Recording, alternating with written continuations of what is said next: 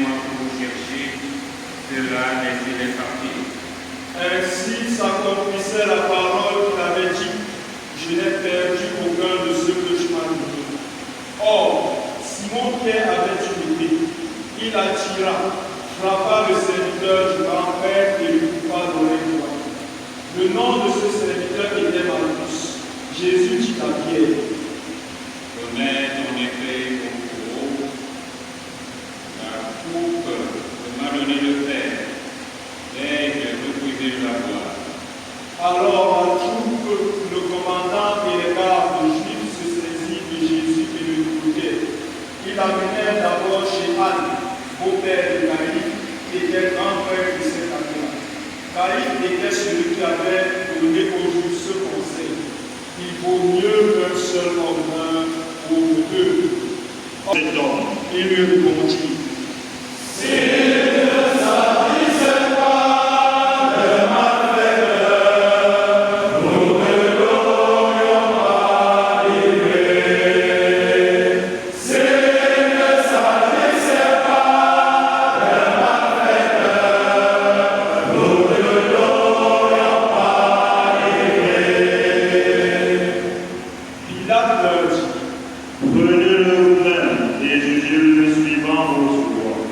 les Juifs lui dirent,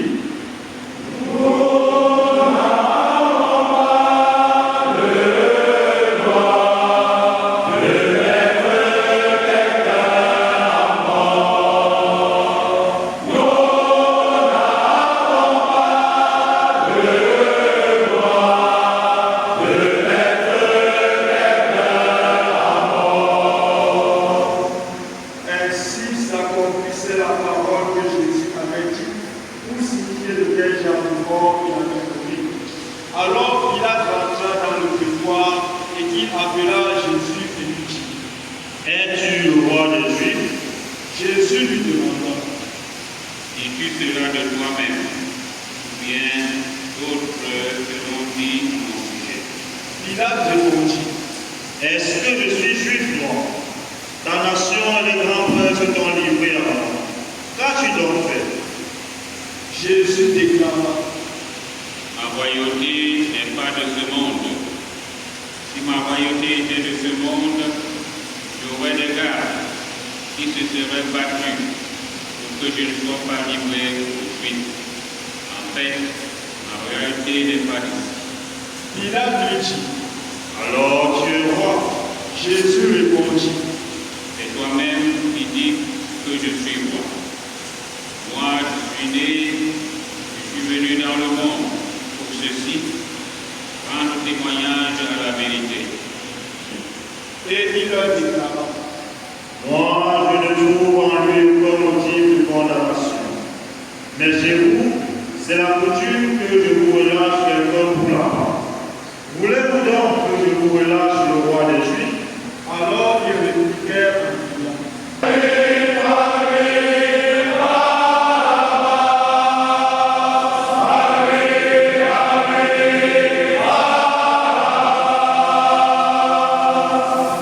or ce Barabbas était un bandit.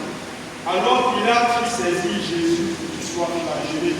Les soldats dressèrent avec des épines une couronne qui lui posait sur la tête, puis ils le revêtirent d'un manteau court. Ils s'avançaient vers lui et ils disaient,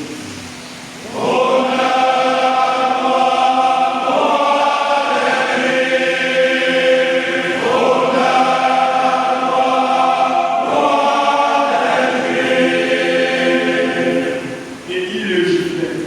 Pilate de nouveau sortit dehors et leur dit, Voyez, je vous l'amène dehors pour que vous sachiez que je ne trouve en lui aucun motif de condamnation. Jésus donc sortit dehors, portant la couronne d'épines et le manteau court. Et Pilate leur demanda. Voici l'homme. Quand il le vit, les grands frères qui le regardent se mirent à crier.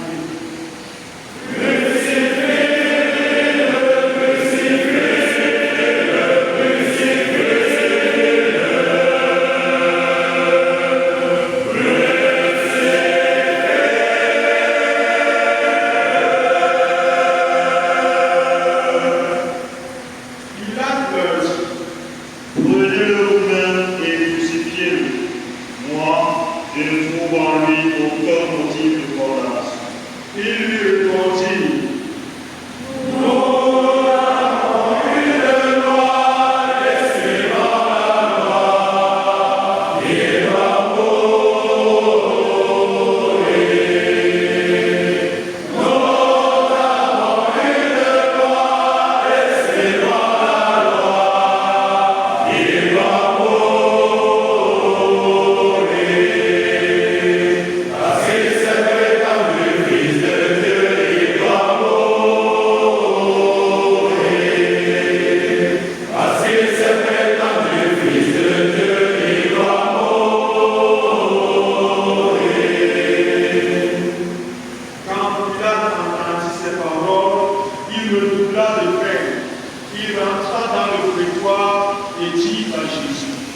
D'où es-tu?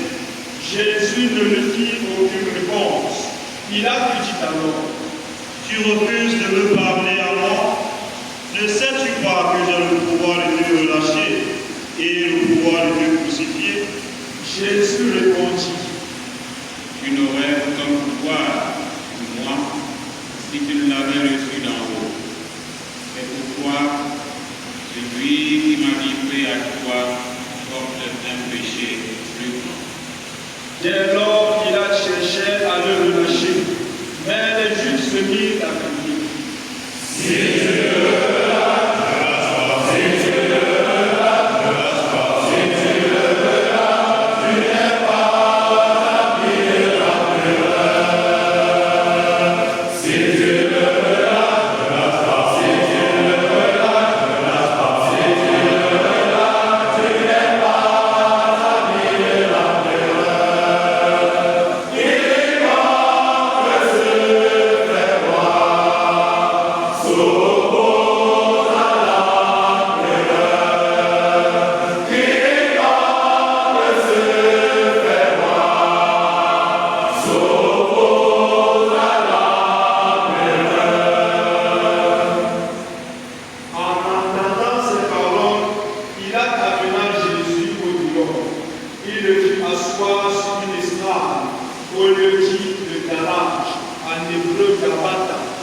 C'était le jour de la préparation de la Pâque, vers la 6e heure, environ midi. Pilate dit aux Juifs, Voici votre roi. alors ils crièrent,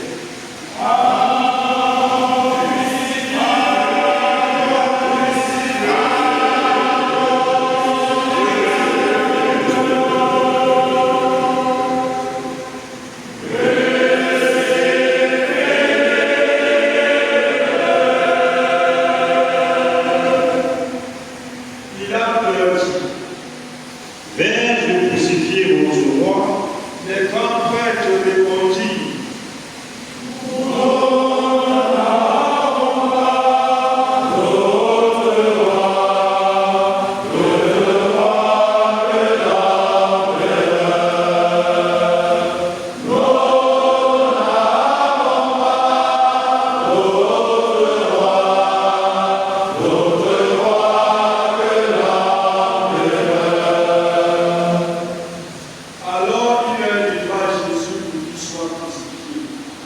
puis se saisit de Jésus, et lui-même, portant sa croix, sortit en direction du lieu dit le grave ou calvaire, qui se dit en hébreu Golgotha. C'est là qu'ils le crucifièrent, et deux autres avec lui, un de chaque côté, et Jésus au milieu. Pilate avait rédigé un écriteau qui fit passer sur sa croix. Il était écrit, Jésus le Nazaréen, roi des Juifs. Beaucoup de Juifs lurent cet écriteau parce que la croix où l'on avait crucifié Jésus était proche de la vie et que c'était écrit en hébreu, en latin et en grec. Alors les grands prêtres, les Juifs dirent à Pilate, il ne fallait pas.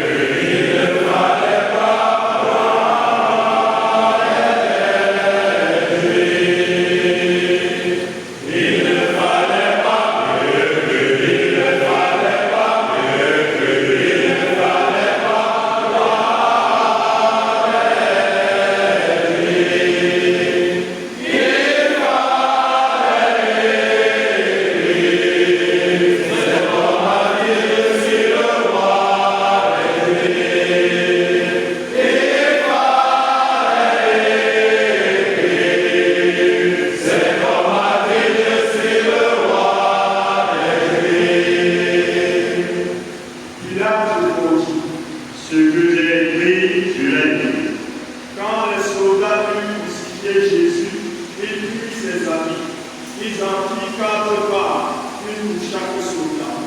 Ils prirent aussi la tunique. C'était une tunique sans couture, tissée d'une pièce de haut en bas. Alors ils se dirent entre eux: Ne la déchirons pas, désignons par le sort celui qui l'aura. Ainsi s'accomplissait la parole de l'Écriture. Ils se sont partagés mes amis, ils ont tiré au sort mon vêtement. C'est bien ce que fit le soldat. Or, près de la croix de Jésus se tenaient sa mère et la sœur de sa mère, Marie, femme de Cléophas, et Marie Magdalène. Jésus, voyant sa mère et près d'elle le disciple qu'il aimait, dit à sa mère: Femme, voici ton fils. Puis il dit aux disciples: Voici ta mère. Et à partir de cette heure-là, le disciple l'a pris chez lui. Après cela, sachant que tout était désormais achevé, pour que l'Écriture s'accomplisse jusqu'au bout, Jésus dit: J'ai soif.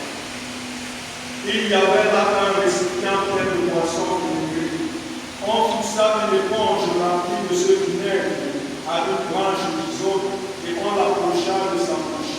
Quand il eut pris le vinaigre, Jésus dit: Tout est accompli.